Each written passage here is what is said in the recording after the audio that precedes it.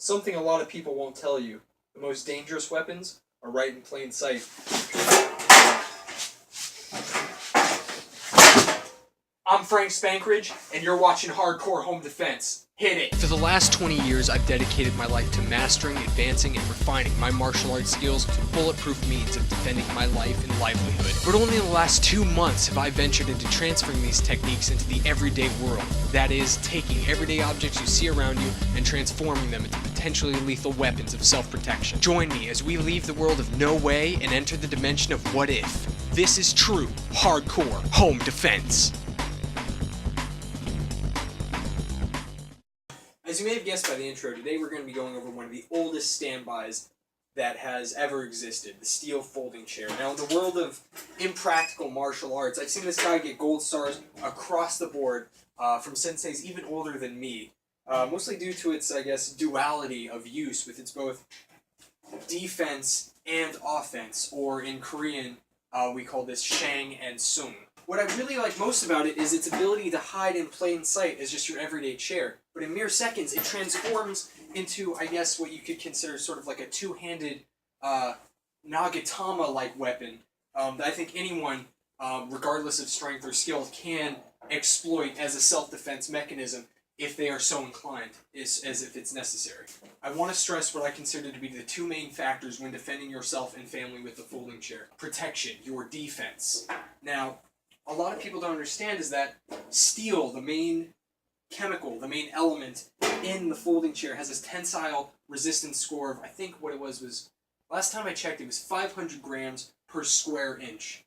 Now, if we look at the amount of joules generated when a body is shot by maybe some sort of gun, we can see that molecularly the folding chair is closer to titanium than it is actually to steel, which means that if we were to use this in sort of a self-defense scenario as a defense tool, we'd be well guarded, I think, from bullets. Maybe even a small incendiary grenade would not be very much match for this. I can't necessarily demonstrate this as I'm not a gun owner as of right now, but believe me, if you hold this up, if you guard yourself, you've essentially created sort of like a floating fortress, if you will. You can shield yourself, allowing you and your family ample time to leave. The second area I want to cover is your area of effect when attacking, your offense. Now, whether or not you consider it to be real or fake, that's of no concern to me. Wrestling is considered a martial art in the community. That's because, from a strategic angle, we can see how to maximize damage points with a steel chair in a safe way. We can't naturally see every real fight that happens in the street, so we have to look at it from a clinical way. Now, I'm going to go over real quickly the two main things you want to remember when fighting with a folding chair. Now, that's distance, first of all. Second of all, momentum. These will make or break your way of defense. If you're fighting someone, let's say someone's making the first transgression against you. He's right here. This is your attacker. Your body is only as effective as your arms and legs. Due to my short arms, I'd be in trouble. It would be his distance. That's the thing. I equip myself with the chair. Immediately, you see the area of effect that I'm talking about. You can go for a side strike. You can go for a downward strike. You can, even if you're so inclined, you could go for a spinning lariat type maneuver. The second thing I want to talk about is momentum. Now, people say to me all the time, I do these seminars with these objects. When I get to the folding chair, people kind of scratch their heads. They say to me, Frank, how can you expect me, a little lady or a kid or whatever, to be able to defend myself with a chair? It's so heavy. It's so cumbersome. It sometimes even falls apart in my hands. That's because you're not using the natural flow of your body with the chair. It's not an extension of you. You're treating it like an object. Allow me to demonstrate. No more words. Action. You see what I did there?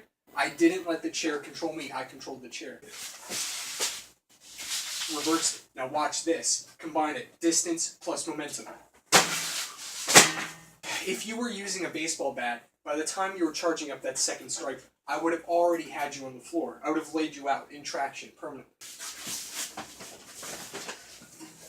Effective. And I'm not going to say 100% mortality rate is ensured, but the times I've used it, let's just say there's people gone that the government is not legally allowed to investigate. In closing, the folding chair is I would say, the Citizen Kane of self-defense weaponry. Because in the end, after you've, all is said and done, after you've signed the paperwork, someone's gone, such and such, you can take a seat, you can relax, and you can see what life has in store for you next. This has been Hardcore Home Defense. Thank you for watching. The bruises, the severe dislocation of the joints. Poor kid. Who did this to him? Huh?